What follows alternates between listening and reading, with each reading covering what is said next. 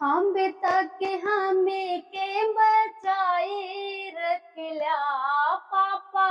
हम तक हमें के बचाए रखला पापा।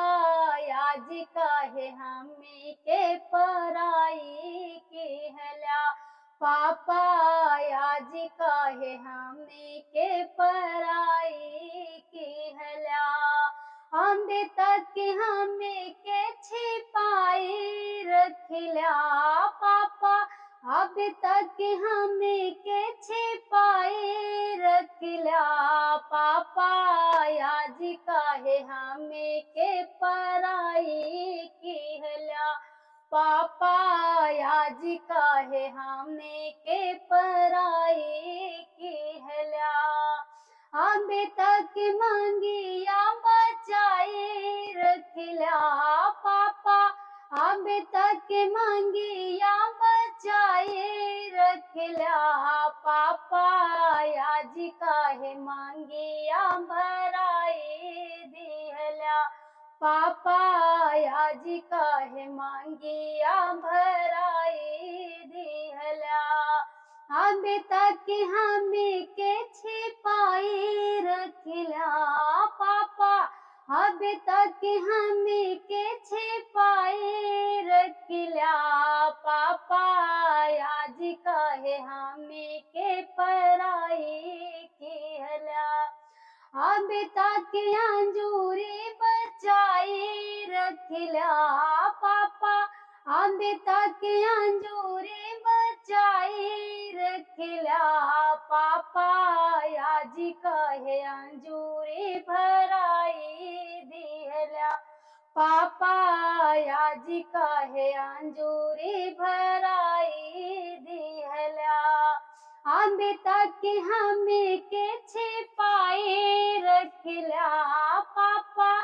अब तक हमें के छिपाए रखला पापा। आज काहे हमें के पराई कहला। अब तक हमें के बचाए रखला पापा। अब तक हमें के बचाए रखला पापा। आज काहे चुंदरी ओढ़ाई दिहला पापा। आज काहे चुंदरी ओढ़ाई दिहला। अब तक हमें के छिपाई रखला पापा। अब तक हमें के बचाए रखला पापा। आज काहे अड़िया भराई दिहला पापा। आज काहे अड़िया भराई दिहला। अब तक हमें के छिपाए रखला पापा। अब तक हमें के छिपाए रखला पापा। आज काहे हमेरा विदाई कहला पापा। आज काहे हमरा विदाई कइला।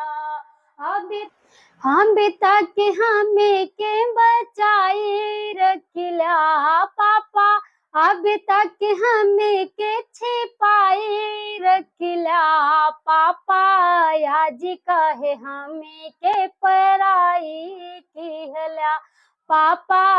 आज काहे हमें के पराई कहला।